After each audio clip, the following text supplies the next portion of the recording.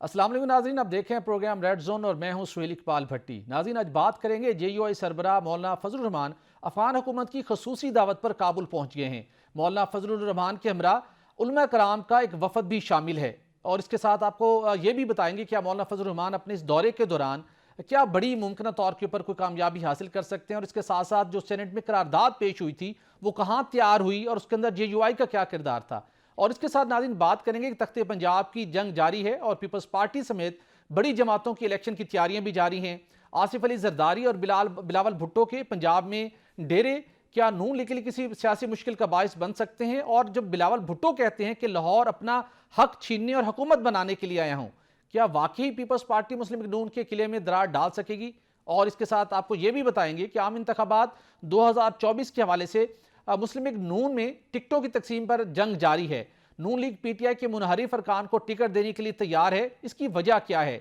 और नून लीग पुराने कारकुनों को नजरअंदाज करके मुनहरिफ अरकान को टिकट्स देने पर आखिर क्यों इसरार कर रही है। और इसके साथ नाज़रीन आपको बताएंगे कि secretary election commission Umar Hamid के इस्तीफे की खबरें आज दिन भर मंजर आम पर आई, लेकिन कहा यह जा रहा है इलेक्शन कमीशन पाकिस्तान की जानिब से कि उन्होंने इस्तीफा नहीं दिया। असल हकीकत क्या है, क्या चीफ इलेक्शन कमिश्नर और सेक्रेटरी इलेक्शन कमीशन के मबैन कोई तलखी हुई या कुछ और मामला थे। इसके ऊपर भी आपको जो इनसाइड स्टोरी है वो तफसील के साथ आपके साथ हम शेयर करेंगे। और इसके साथ नाज़रीन बात करेंगे कि वफाकी हुकूमत का पाकिस्तान को सालाना $40 मिलियन नुकसान से बचाने के लिए एक बड़ा इकदाम सामने आया है, जिसके जरिए से आलमी कंपनियों को पाकिस्तान में सेटेलाइट सर्वे शुरू करने की इजाज़त दे दी गई है, जिससे निजी शोबा अपनी आमदन का 6% हुकूमत के रिसर्च एंड डेवलपमेंट फंड को देगा लाजमी तौर के ऊपर। तो इन इश्यूज पर बात करने के लिए हस्बे मामूल मेरे साथ मौजूद हैं सीनियर तज्जियाकार ख्वाजा मतीन साहब। ख्वाजा साहब आपका बहुत शुक्रिया। खसब पंजाब के अंदर तो बहुत ज़्यादा सियासी गहमा गहमी जारी है, आगे चल के मैं इसके ऊपर बात करूंगा, लेकिन मैं आपसे ये ज़रूर जानना चाहूँगा मौलाना फजलुर रहमान साहब, जिन्हें गुज़श्ता कई सालों से, गुज़श्ता 7-8 सालों से उन्हें मुख्तलिफ मकामात के ऊपर अपने उन्हें सिक्योरिटी थ्रेट्स का सामना रहा, उनके ऊपर हमले हुए और सबसे पहले उन्होंने ये बात की कि बलूचिस्तान और खैबर पख्तूनख्वा के अंदर इन हालात के दौरान पॉलिटिकल कैंपेन नहीं हो सकती। और उसके बाद भी जब वो डेरा इस्माइल खान जाते हैं वहां पर भी बहुत मुश्किल 3 सूरत हाल का सामना करना पड़ता है। और जब भी उनके ऊपर हमले की कोई बात होती है तो इल्जाम आयद होता है TTP पर, और TTP कहां पर मौजूद है, अफगानिस्तान, जो कि उनकी सेफ हेवन है। तो आप समझते हैं कि मौलाना फजलुर रहमान साहब जो माजी के अंदर तो वहां अफगान तालिबान में बहुत मकबूल रहे हैं, इस वक्त वो उलमा कराम के वफद के साथ वहां पहुंच चुके हैं, तो मुमकिन तौर के ऊपर वो किस हद तक कामयाबी हासिल कर सकते हैं उन अनासिर के खिलाफ जो ना सिर्फ मौलाना फजलुर रहमान के खिलाफ बरसरे पैकार हैं बल्कि पाकिस्तान के अंदर भी दहशतगर्दी में मुलविस हैं। जी भट्टी साहब, बात यह है कि जो मौलाना फजलुर रहमान हैं और उनका जो मदरसा फ़िक्र है और जो अफ़गानिस्तान में इस वक्त हुकूमत है उनका जो मदरसा फ़िक्र है वो तकरीबन एक ही है और बड़ा एहतराम पाया जाता है। जो अफ़गान तालिबान की मैं बात कर रहा हूँ, TTP की बात नहीं कर रहा, तो उनको काफ़ी अरसे से दावत दी जा रही थी अफ़गान तालिबान की तरफ से। उसके पस मंज़र का मैं बताऊँगा क्या पस मंज़र है, क्यों दावत दी जा रही है।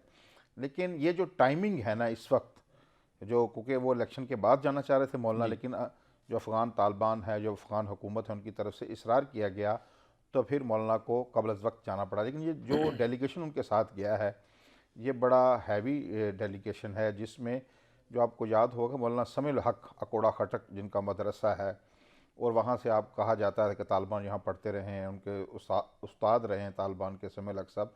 उनके मदरसे के जो मौलाना अदरीस हैं वो भी इस दौरे में साथ हैं, और बलूचिस्तान से मौलाना वासे भी उनके साथ हैं। इसी तरह जो कबायली रहनुमा हैं, उनके उलमा हैं वहाँ, वो भी उनके साथ गए हैं। बड़ा हैवी दौरा है और पस मंज़र ये है उसका कि अफ़गानिस्तान से आए रोज़ पाकिस्तान की सिक्योरिटी फोर्सेस पर जी पै दर पे हमले हो रहे हैं, और ये सबसे बड़ा इशू है।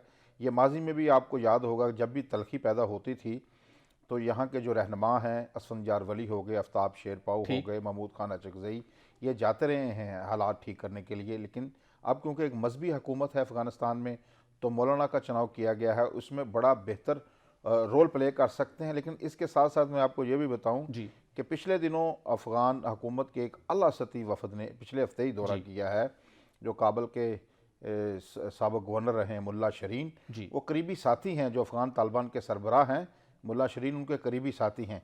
ये बैकडोर डिप्लोमेसी जारी है, इसकी वजह है क्योंकि पिछले दिनों अच्छा खान साहब, जब इसके ऊपर मैं मजीद बात डेरा करूंगा। इस्माइल हमें खान में हमला हुआ हमें ज्वाइन किया है तर्जुमान JUIF असलम गौरी साहब ने। असलम गौरी साहब, आपका बहुत शुक्रिया। गौरी साहब, बताइएगा कि मौलाना फजल रहमान साहब एक बड़े गैर मामूली दौरे के ऊपर अफगानिस्तान पहुंच चुके हैं और उनकी काबुल के अंदर अफगान हुकूमत के सरकर्दा रहनुमाओं के साथ मुलाकात होनी है।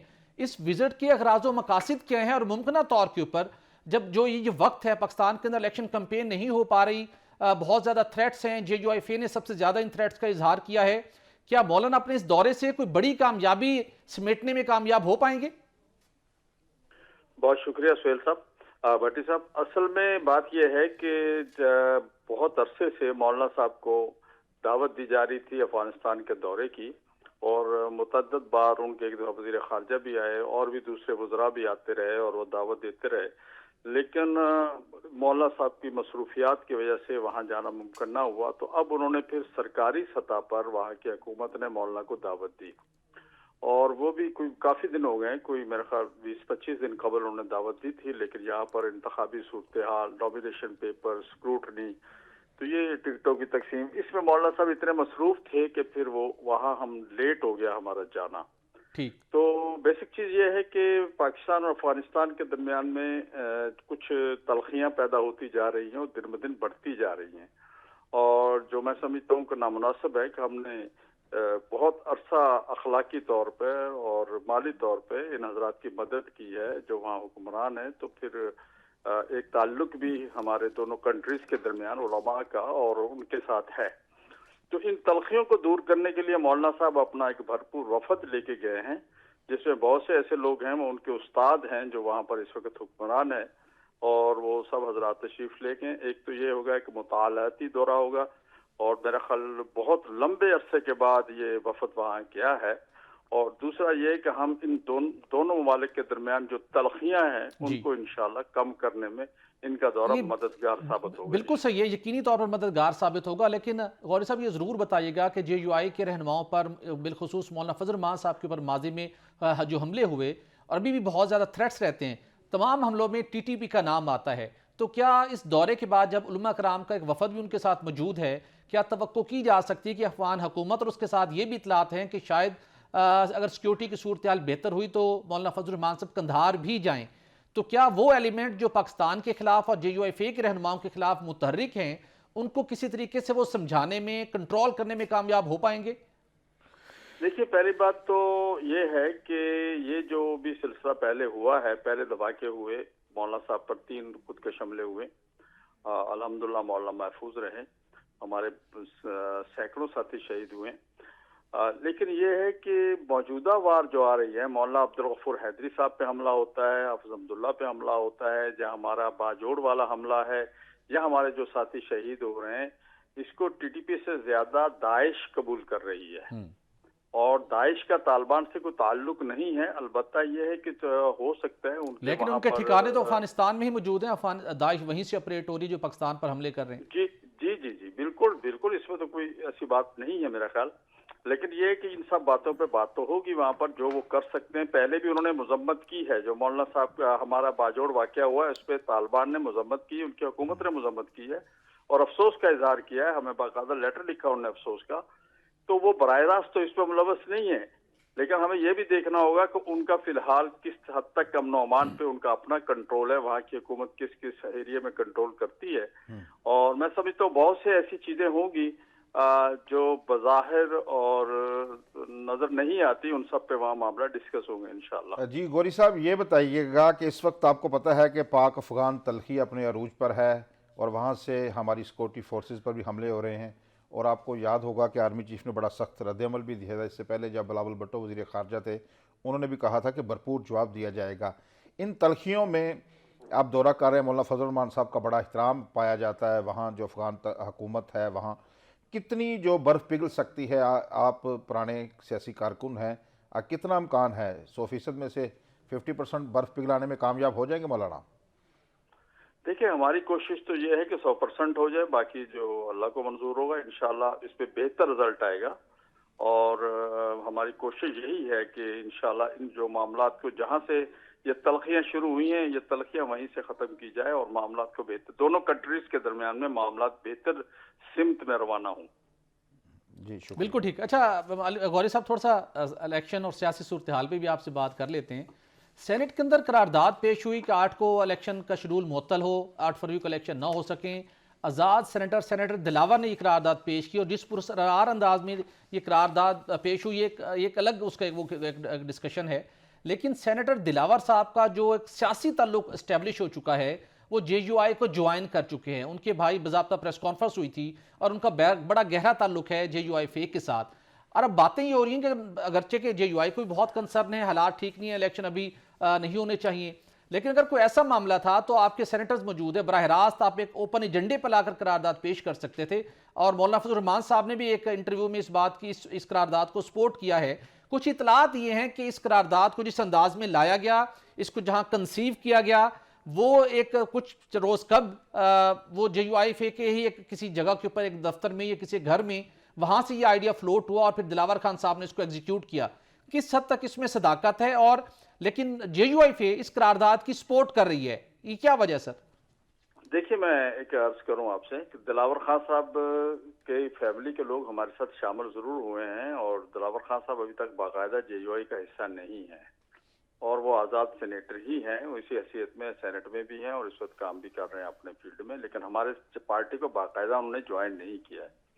दूसरी बात यह है कि JUI का कोई भी सेनेटर वहां मौजूद नहीं था और बल्कि वहां क्या, वो बिल्डिंग में भी मौजूद कोई नहीं था। बाज लोगों के तो सेनेटर बाहर बैठ के तमाशा देख रहे थे, उनको इजलास में जाना चाहिए था। और मैं इस पे मजीद बात करूंगा तो बात कहीं और चली जाएगी। तो बात यह है कि मौलाना साहब का ने जो मौक़िफ़ दिया है एक टीवी इंटरव्यू में, तो उन्होंने ये कहा है कि मेरे मौक़िफ़ की तायीद में ये चीज आई है। ये उन्होंने तो JUI फेस करारदाद की तायीद करती है। करारदाद की तायीद मौलाना साहब ने नहीं की। मौलाना साहब ने ये कहा है कि जो मेरा मौक़िफ़ था, मेरी पार्टी का मौक़िफ़ था, सेनेट की इस करारदाद ने उसकी तायीद की। चले JUI फेस इस करारदाद से इत्तफाक करती है, इत्तफाक करती है इस करारदाद से। साफजारी जो हमारे कंसर्न है, जिसपे हम चीख रहे हैं, जो हमारे साथ हो रहा है, मौलाना साहब किसी जलसे में नहीं जा सकते, रैली में नहीं जा सकते, हम आवाम के सामने अपना मंशूर नहीं पेश कर सकते, साबका कारकर्दगी नहीं रख सकते, फिर आगे वोट कैसे लेंगे उनसे हम? जी बिल्कुल ठीक, बिल्कुल ठीक। और इस वक्त दूसरी बात एक और बात कर दो, इस वक्त आप हमारे जितने भी एरियाज है, खुसूसन चमन है, ज़ियारत है, जिन जिन इलाकों से JUI जीतती है, वहाँ इतनी बर्फबारी है कि लोग बाहर गलियों में, रोडों पे ना गाड़ी चला सकते हैं, ना साइकिल चला, बाहर निकल नहीं सकते, बर्फबारी शुरू हो चुकी है ना। बिल्कुल ठीक, बिल्कुल ठीक। आपका बहुत शुक्रिया, आपने अपना वक्त दिया। नाज़रीन, यहाँ पर एक ब्रेक लेंगे और ब्रेक के बाद बात करेंगे कि पंजाब के अंदर पीपल्स पार्टी बिल आखिर मुतहरिक हो चुकी है और बिलावल भुट्टो ने जो मुतालबात किए हैं, जिस अंदाज में किए हैं, वो मुतालबात किस हद तक दुरुस्त हैं, और जो इलेक्शन करवाने के हवाले से JUI तो अभी भी कोशिश हैं कि 8 फरवरी को इलेक्शन ना हो सके, लेकिन पीपल्स पार्टी किस अंदाज में, दो टोक अंदाज में इलेक्शन करवाने के हवाले से अपना मौक़िफ़ अपनाई हुई है, इसके ऊपर भी बात करेंगे। Stay with us.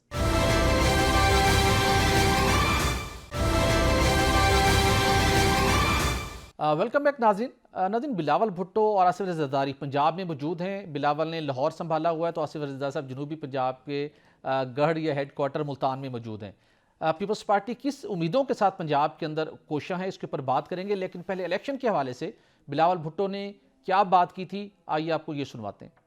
खैर साहब, आपने सुना जो मर्जी हो जाए, ये बात तो पत्थर पर लकीर है कि इलेक्शन 8 को होंगे, लेकिन मैं जो आपसे जानना चाहूँगा, पीपल्स पार्टी तो बहरहाल इस वक्त एक मजबूत मौक़िफ़ अपनाए हुए है, लेकिन बिलावल भुट्टो कहते हैं कि लाहौर अपना हक छीनने और हुकूमत बनाने आया हूँ।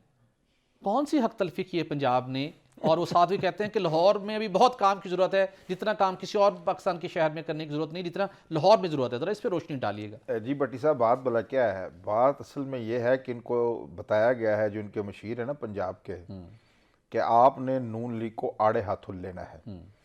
अच्छा, जब ये तनकीद करें उन पर, लेकिन हक़ाइक़ को भी मद्देनज़र रखें। एक तो ये कहते हैं कि मैं अपना हक, क्या हक है आपका लाहौर पर? आपने, आपकी हुकूमतें रहीं, बिलखसूस अभी पीछे जब 2008 से 2013 तक आपकी हुकूमत रही जी, क्या किया आपने? कोई लाहौर को के लिए आपने क्या प्रोजेक्ट दिया आपने? आप कराची की फ़िक्र करें। आप इस वक्त सोशल मीडिया का ज़माना है, लोग सवाल करते हैं, तो कोई उनका हक नहीं है, ना उनको हक लेने गए हैं। एक सियासी मुखालफत है, उनके मशीरों ने कहा कि नून लीग को लताड़ें आप, तो लोग जो एंटी नून लीग वोट है वो आपकी तरफ मुतवज्जे हो जाएगा।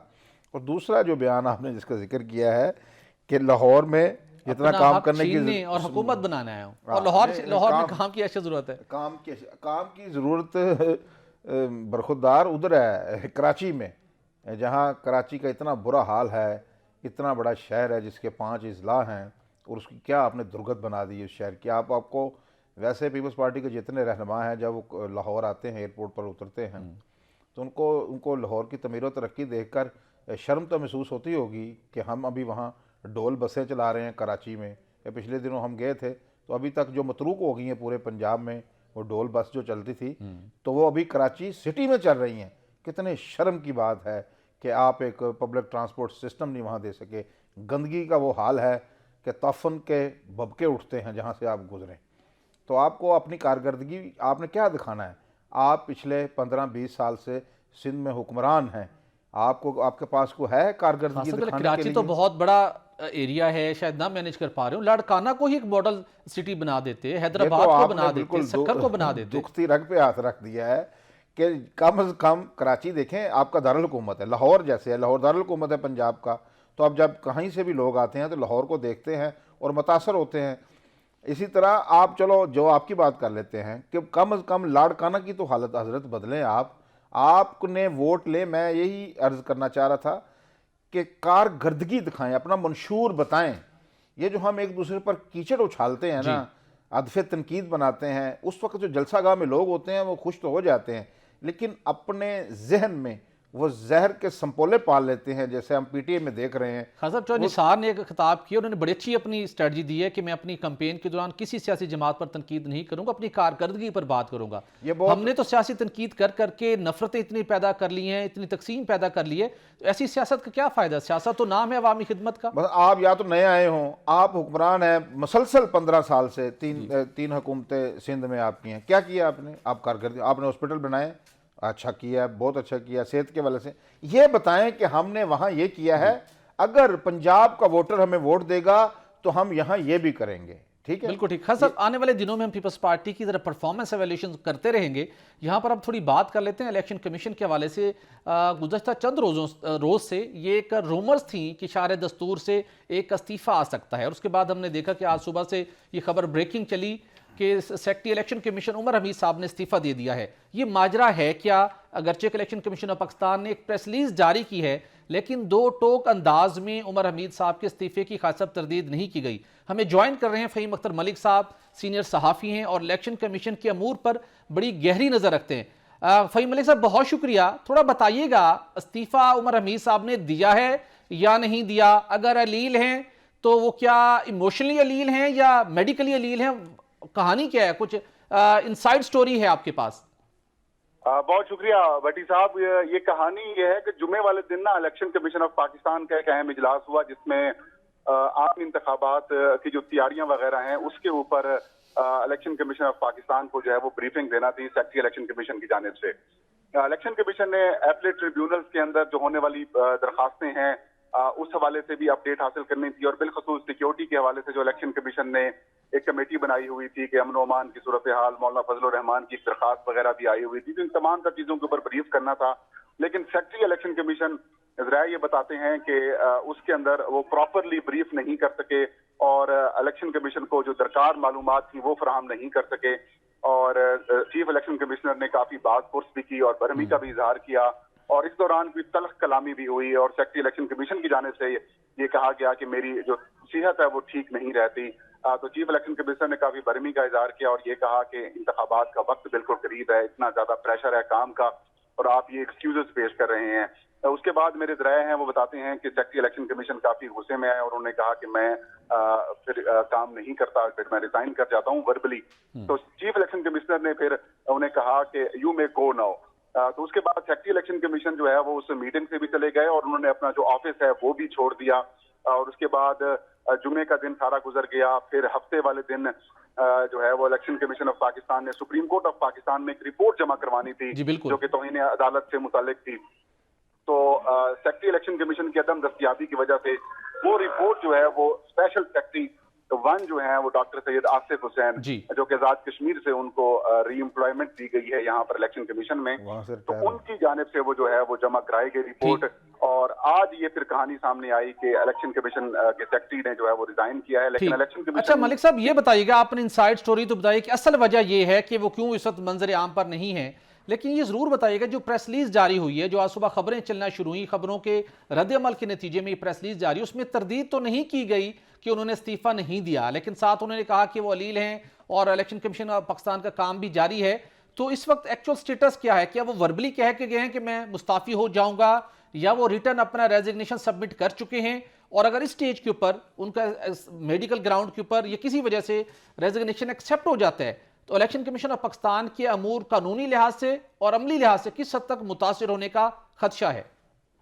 देखें भट्टी साहब, जो सेक्रेटरी इलेक्शन कमीशन है उन्होंने वर्बली ये इस्तीफा जो है वो उधर उस मीटिंग के अंदर जो है वो पेश किया था, और इसके अंदर मीटिंग के अंदर और भी बहुत सारे ऑफिसर जो है वो मौजूद थे, बाकी मेंबरान भी मौजूद थे, लेकिन तहरीरी तौर के ऊपर उन्होंने कुछ नहीं भिजवाया।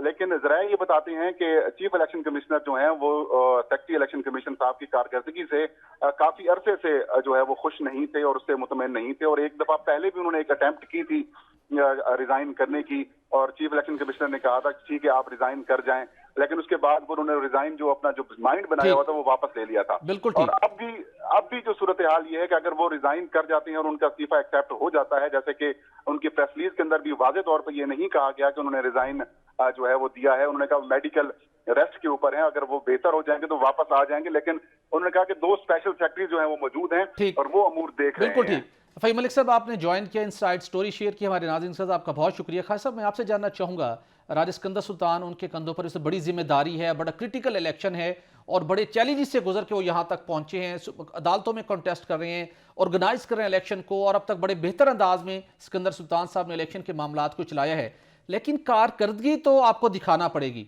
मतलब इस इन हालात के अंदर बिलखुसूस जब तमाम सियासी जमातों की, पाकिस्तानी अवाम की, दुनिया भर की नज़र इस इलेक्शन पर जमी हुई हैं, तो डिलीवर तो करना पड़ेगा। आपको लगता है कि इस मौके के ऊपर अगर वो वापस आके ज्वाइन नहीं करते तो बड़े सीवियर कॉन्सिक्वेंसेज होंगे इस सारे सिनेरियो में? देखिए भट्टी साहब, जो वाक़या फ़हीम मलिक साहब ने बताया है, जो हैं secretary election commission Umar Hamid साहब, वो ऐसे लगता है कि वो कुछ जज्बाती आदमी हैं। पहले भी एक मीटिंग में उन्होंने गुस्से में आकर ज़बानी कलामी कह दी है मैंने इस्तीफ़ा दे दिया है, तो अभी भी उन्होंने ज़बानी कलामी कह दिया है। मेरे ख्याल में इंतज़ार कर रहे हैं चीफ इलेक्शन कमिश्नर ये तहरीरी तौर पर इस्तीफ़ा दें तो इनका कबूल करें, वापस आ जाएंगे वो जी। लेकिन अगर वो तहरीरी तौर पर दे देते हैं, ज़्यादा गुस्सा खा गए इस बार।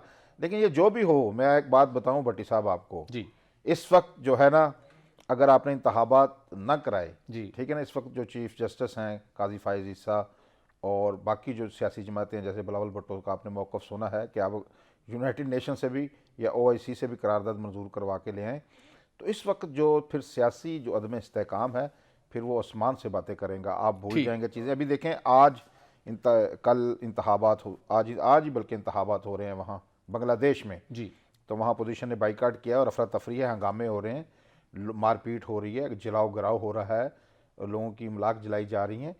तो ये जो इंतखाबात, आपको पता है ये कोई आसान मरहला नहीं होता। जब भी किसी मुल्क में इंतकाल इक़्तिदार होता है, ये बड़ी अहम टाइमिंग होती है यकीनन।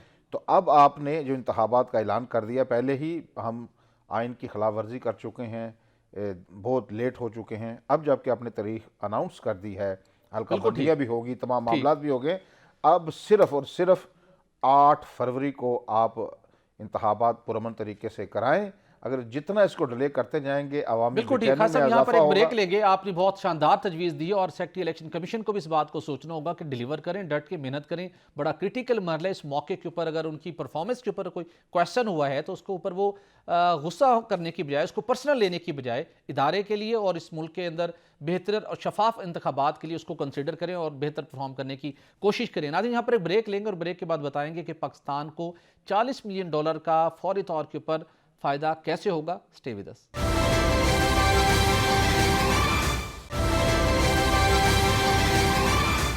वेलकम बैक नाज़रीन। खास साहब, आपको पता है कि IT के अंदर पाकिस्तान वैसे बहुत पीछे है, हमें अपनी IT एक्सपोर्ट को वैसे बढ़ाने की ज़रूरत थी, लेकिन उसके साथ साथ गुज़श्ता कुछ अरसे में हम देखते हैं कि दुनिया ने स्पेस के ऊपर बहुत फोकस किया है और हमारे पड़ोसी ममालिक हों, दीगर ममालिक हों, स्पेस टेक्नोलॉजी को प्रमोट करने के लिए बहुत काम हो रहा है। लेकिन इस हवाले से निगरान हुकूमत ने एक अच्छा इनिशिएटिव लिया, जिसके नतीजे में नाज़रीन आपको हम ये एक्सक्लूसिव इन्फॉर्मेशन शेयर कर रहे हैं कि पाकिस्तान की पहली न सिर्फ नेशनल स्पेस पॉलिसी तैयार की गई, उसकी मंजूरी दी गई। अब उस पॉलिसी के तहत पाकिस्तान में पहली मरतबा जो इंटरनेशनल कंपनीज हैं उनको पाकिस्तान में सेटेलाइट सर्विस शुरू करने की इजाज़त होगी, लो ऑर्बिट।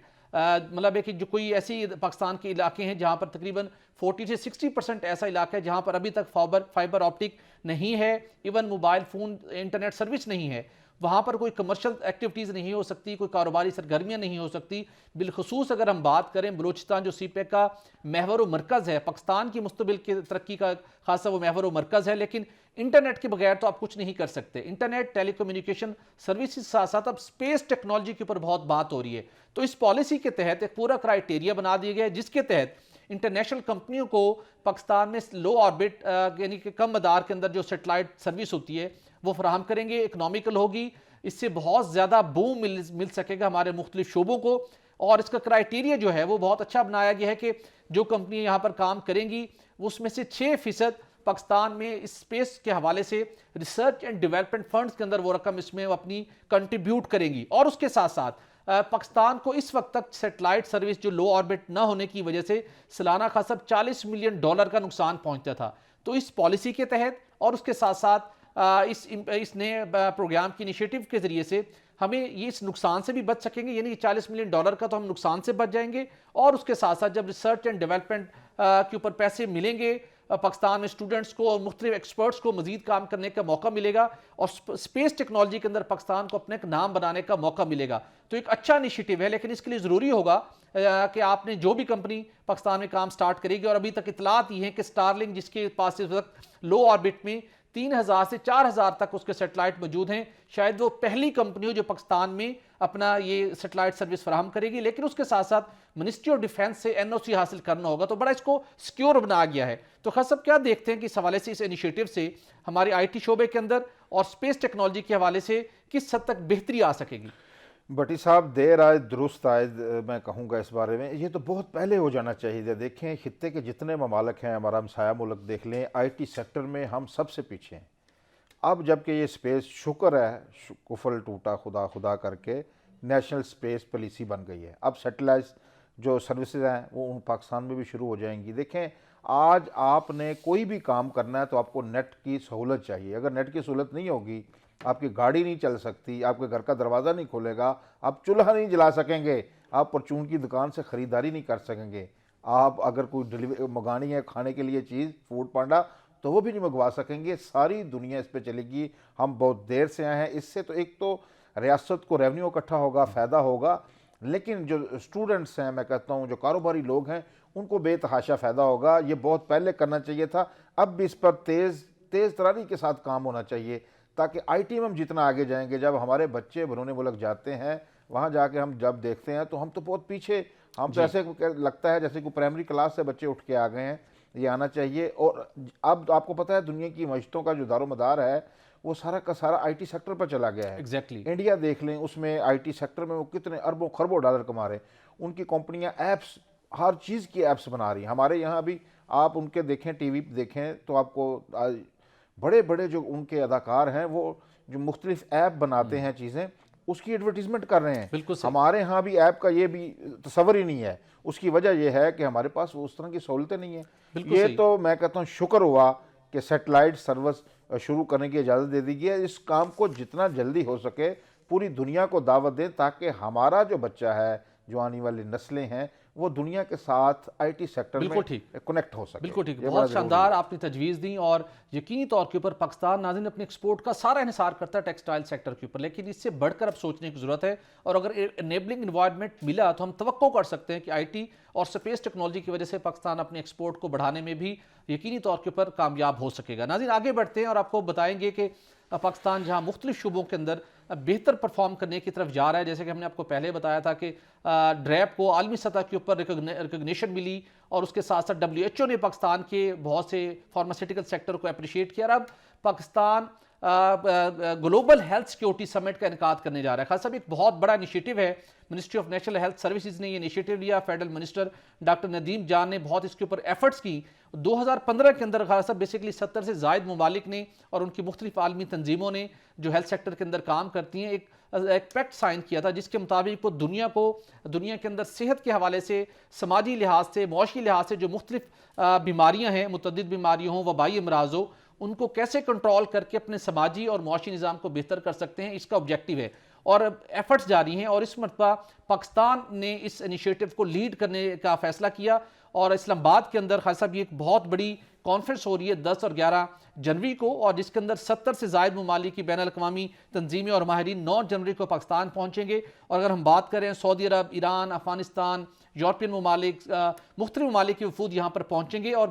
बहुत डिटेल डिस्कशन होगी कि कैसे न सिर्फ पाकिस्तान बल्कि जो लेस डेवलप कंट्रीज़ हैं उनके साथ साथ जो डेवलप कंट्रीज़ हैं उनको कैसे इन अमराज से महफूज बनाया जा सकता है। बिलखुसूस जब रिसेंटली जब कोविड आया, कोविड से पूरी दुनिया बुरी तरह से मुतासिर हुई, कोई तवक्को नहीं कर सकता था उसके सोशली किस हद तक नुकसान थे, उसके मुआशी किस हद तक नुकसान थे। अब उस फ्यूचर में उनसे बचने के लिए इस तमाम माहिरीन यहाँ पर इस्लामाबाद में सर जोड़कर बैठेंगे और ministry of national health regulation ने और डॉक्टर नदीम जान ने इस हवाले से अपनी तैयारियां तमाम तर मुकम्मल कर ली हैं और इसके हवाले से दुनिया को महफूज और आने वाली नस्लों को सेहतमंद बनाने के लिए एक मुतफिका लाहेअमल बनाया जाएगा। इसके साथ साथ जो आलमी सेहत को दरपेश खतरात हैं और महफूज दुनिया का विजन है उसका भी एक प्लान मुरतब किया जाएगा।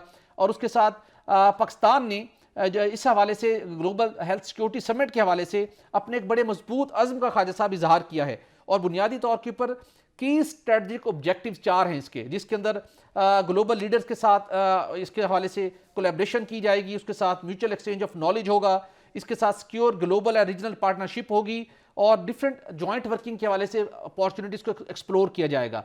तो खास साहब क्या समझते हैं कि ऐसी समिट के इनेकाद से इंटरनेशनली भी पाकिस्तान की एफर्ट तो रिकॉग्नाइज होगी और हमारी किस हद तक कैपेसिटी बिल्डिंग भी हो सकेगी?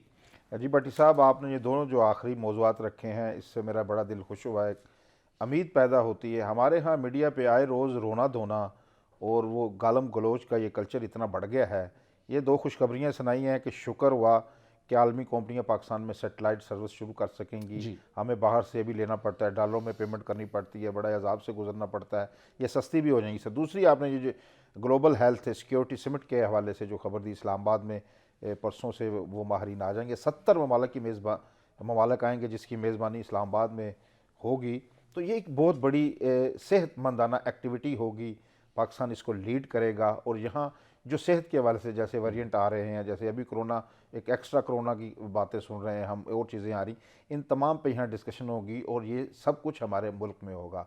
मैं बताना चाहता हूँ लोगों को जो सारा दिन जब पाकिस्तान की बुराइयां करते रहते हैं कि ये हो गया, छोटी सी कोई चीज़ पकड़ते हैं उसको सोशल मीडिया पे अपने मैनी देकर उसको नेगेटिव तरीके से, नेगेटिविटी जहनों से निकालें। पाकिस्तान इंशाअल्लाह ताला ये तेज़ी से तरक्की करेगा। हमारे तमाम लोग, ये सब का मुल्क है, हमने समझ लिया है कि फ़लाँ का मुल्क है जो हुक्मरान है। देखें, अवाम और हुक्मरान, ये एक ज़िम्मेदारी दी गई है। ये जो इंतखाबात होने हैं, हम में से एक शख्स को चुना जाएगा कि जो हमारा MP होगा, जो MNA होगा, वो फिर सारे मुल्क से इकट्ठे होके एक जो मजलिस शूरा जिसे हम पार्लियामेंट कहते हैं वहाँ आ जाएंगे। उन्हीं में से एक शख्स को वज़ीर आज़म चुन लिया जाएगा जो हमारा मुल्क चलाएगा। तो इस मुल्क में जहाँ इतनी ज़्यादा नेगेटिव चीज़ें हो रही हैं तो कुछ अच्छी चीज़ें बहुत शानदार आपने तजवीज़ दी और यकीनी तौर पर ये एकदम खुश आइंद है। और बिलखुसूस जब इतनी बड़ी तादाद के अंदर इंटरनेशनल डेलीगेशंस आएंगे तो यकीनी तौर के ऊपर पाकिस्तान का हेल्थ का शोबा, पाकिस्तान की फार्मास्यूटिकल इंडस्ट्री, उसको भी ग्रो करने का मौका मिलेगा और हमारी कैपेसिटी बिल्डिंग भी हो सकेगी। तो अच्छे इक़दाम जो पाकिस्तान में हो रहे हों, हमें उन्हें भी यकीनी तौर के ऊपर अप्रिशिएट करना चाहिए। नाज़रीन, प्रोग्राम का वक्त ख़त्म हो जाता है, इजाज़त दीजिए, अल्लाह हाफ़िज़।